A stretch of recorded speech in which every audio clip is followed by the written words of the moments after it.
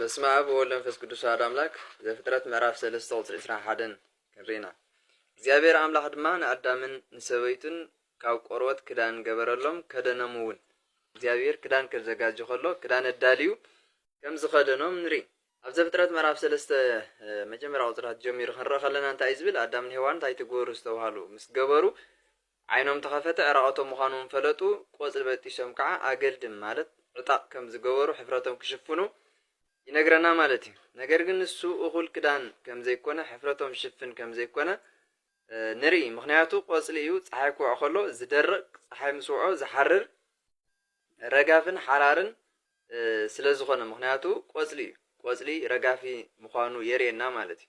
እሱ ብቑዕ ስለ ዘይኮነ እግዚአብሔር ካብ እንስሳ ካብ ቆርበት እንስሳ ገይሩ ክዳን ክኸድኖም ከሎ ንርኢ ወይ ደሞ ከም ዝኸደኖም ይነግረና። እዚ ማለት እንታይ እዩ? እቲ ትክክለኛ መፍትሒ ዘሎ ካብ ኣምላኽ ምዃኑ እምበር ሰብ ባዕሉ ንባዕሉን ፀገሙ መፍትሒ ከምፅእ ከም ዘይኽእል ማለት መሰረታዊ ዝኾነ ዓብይ ፀገም እዚ ፀገም እዚ መሰረታዊ ስለ ዝኾነ ባዕሉ ክፈትሕ ኣይኽእልን ማለት እዩ። እዚ ማለት ግን ምስ ዕለታዊ መነባብሮ ናይዚ ዓለም እዚ ሰሪሕካ ምብላዕ ፅዒርካ ምብላዕ ዘሎ ዝተሓሓዘ ኣይኮነን። እዚ ናይ ህይወት ጉዳይ ስለ ዝኾነ ዘለኣለም ህይወት ጉዳይ ባዕልና ፅዒርና እንረኽቦ ኣይኮነን ማለት እዩ። ምክንያቱ ኣብ መጀመርያ እግዚአብሔር ክፈጥሮም ከሎ ባዕሉ ገነት ኣዳልዩ ከም ዘእተዎም ኩሉ ክብርን ፀጋን ለቢሶም ብዘይ ምትሕፋር ክልቲኦም ይነብሩ ነበሩ እዩ ዝብለና። ኣይተሓፋፈሩን ነበሩ ይብለና ማለት እዩ። ድሓር ግን ትእዛዝ ምስ ጠሓሱ ሕፍረት መፀ ምትሕፋር መፀ ፍርሒ መፀን እንርእስኻውን ምክሳስ መፀ ውቕቓስ መፅኡ ኣብ 21 ዓብይ ነጥቢ ዝሓዘ እዩ። ኣብ መጀመርያ እግዚአብሔር ንሰብ ብመልክዑ ምስሊ ፈጠሮ ኢሉ ኣብ ገነት ከዓ ከም ዘንበሮ ይነግረና እሞ ድሕሪ ኩነታት ዘሎ ድሕሪ ምዕማፆም ድሕሪ ሓጢኣት ምግባሮምን ዘፍጥረት 3:21 ደሞ አንኳር ነጥቢ ትኸውን መሻ እንደገና ማለት ዋና ርእሲ ትኸውን። ምክንያቱ ካብ ቆርበት ክዳን ከደኖም ትብል ድሕነት ኣብዚ ንርኢ ቤዛነት ኣብዚ ንርኢ ማለት እዩ። ቤዛ ምዃን ኣብ ክንዲ ናይቶም ዕራቆትነት ሓደ ሞይቱ ክዳን ንክኸድኖም ዝሞተ እንስሳ ኒ እግዚአብሔር ሓደ እንስሳ ቀቲሉ ካብ ሓደ እንስሳ ቆርበት ገይርሎም። እዚ ክንርኢ ከለና ሰብ ብስርሑ ቅድሚ እግዚአብሔር ቅቡልነት ከም ዘይብሉ ብስርሑ ክፀድቕ ከም ዘይኽእል ብስርሑ ዘለኣለም ህይወት ክረክብ ከም ዘይኽእል የርእየና። ከመይ ከምቲ ቆጽሊ በጢሶም ባዕሎም ተኸዲኖም ሞ ሓራርን ረጋፍን ዝኾነ ስራሕና እውን ኣብ ቅድሚ እግዚአብሔር ፍጽሙነት የብሉን ቅቡልነት የብሉን። ምክንያቱ ምውታን ኢና ነርና። ኣዳም ብመንፈሱ ሞይቱ እዩ። ዝሞተ ሰብ ድማ ክሰርሕ ይኽእልን ዝሞተ ሰብ ክሰርሕ ይኽእልን ክሰርሕ እንተኮይኑ መጀመርያ ህያው ምዃን የድልዮ ማለት ህያው እዩ ክሰርሕ ዝኽእል ህያው ዘይኮነ ሰብ ግን ክሰርሕ ይኽእል ምክንያቱ ሙት እዩ። ሙት ምንም ክሰርሕ ክዛረቡን ኣይኽእልን ማለት እዩ። ብዓይኒ እግዚአብሔር ኣዳም ሙት እዩ ዘሎ። ሙት ደሞ ብናይ ባዕሉ ስራሕ ኣብ ቅድሚ እግዚአብሔር ተቐባልነት ስለ ዘይህልዎ እግዚአብሔር ብምሳሌነት ነቲ ክርስቶስ መፂኡ ሞይቱ ንዕኡ ለቢስና ኣብ ቅድሚ ኣቦ ጠጠው ንብለሉ ድፍረትና ዝኸውን ከምቲ ኤፌሶን ተገለጸ ድፍረትና ዝኸውን ብኡ ብሓደ መንፈስ ናብ ኣቦ ምእታው ኣለና ኢሉ ድፍረትና ዝኾነ ብደሙ ዝረኸብናዮ ቤዛነት ድፍረትና ከም ዝኾነና እንደገና ነቲ ሓድሽ ክዳን ተኸደንዎን ስውን ክርስቶስ እዩ ከም ዝተባሃልና ዘይተኣለመን ብኢድ ሰብ ዘይተሰርሐን ክዳንና ኢየሱስ ክርስቶስ ከም ምዃኑ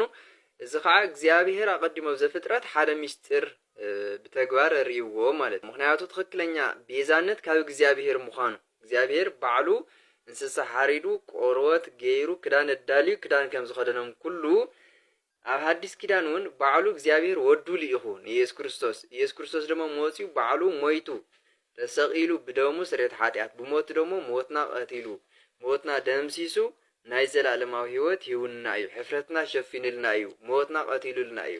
ስለዚ ቤዛነት የርእየና ኣብዚ ኣብ ክንዲ ኣዳምን ሔዋንን ሓደ እንስሳ መስዋዕቱ ኮይኖም እዚ ክዳን ተኸዲኖም ኣብ ክንዳና ደሞ ክርስቶስ ሞይቱ ልብስና ተኸዲና ኢና ጸጋ መንፈስ ቅዱስ ተጓናጽፍና ኢና። ስለዚ እግዚአብሔር አምላኽ ካብ መሰረቱ ፍቅሪ እዩ። ዋላ በዲሎም ኳስ ፍቅርነቱ ኣይጠፈን። ምክንያቱም እሱ ዘይምፍቃር ስለ ዘይኽእል እግዚአብሔር ዘይምፍቃር ይኽእልን ግን ደሞ ከሎ ፍትሒ ስለ ዝኾነ እውን ንበደለኛ ፍርዲ ንተበዳል ደሞ ካሕሳስ ዝህብ አምላኽ ስለ ዝበደሉ ፈሪድሎም። ነገር ግን ኣብቲ ውሽጢ ፍርዱ እውን ፍቅሪ የርእየና።